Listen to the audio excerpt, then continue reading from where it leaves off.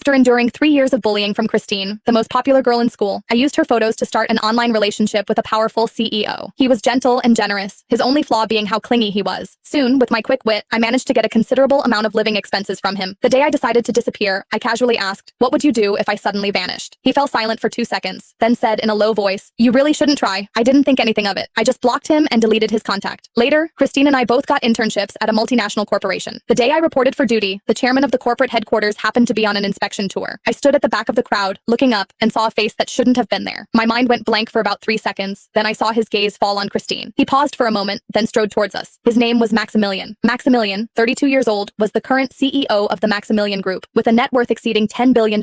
He was wearing a dark gray suit I'd picked out for him myself. His broad shoulders were straight, cuffs meticulously folded, steps steady and controlled. He was like an unsheathed blade. I lowered my face slightly, my heart pounding a bit too fast. Mr. Davies, our manager, whispered to us, "Mr. Maximilian rarely visits. Just act normal. He won't bother with interns." Before he could finish, Maximilian slowed his pace. A cufflink suddenly came loose from his sleeve, bounced twice on the floor, and rolled to Christine's feet. Maximilian stopped. More accurately, he stopped right in front of Christine. They stood face to face, one cold, one captivating, no more than an arm's length apart. His secretary, Mr. Stone, was already bending down to pick it up. Maximilian raised a hand to stop him. Christine's eyelashes fluttered. She understood, bent down, picked up the cufflink, and blushing, handed it over. "Mr. Maximilian, Maximilian wasn't in a hurry to take it. He lowered his eyes and took a small step closer to Christine. A fragrance that blended oud and citrus wafted over. I knew that scent. Last fall, I'd tried it bottle by bottle at a duty-free counter, eventually bought it, and sent it to him by mail. I pursed my lips, subtly averting my gaze. Maximilian stared at Christine's face for a long time. Something churned in his eyes. It was hard to tell, like rediscovery mixed with a hint of hurt. Christine held out the cufflink, waiting for a while, then couldn't help but softly call out,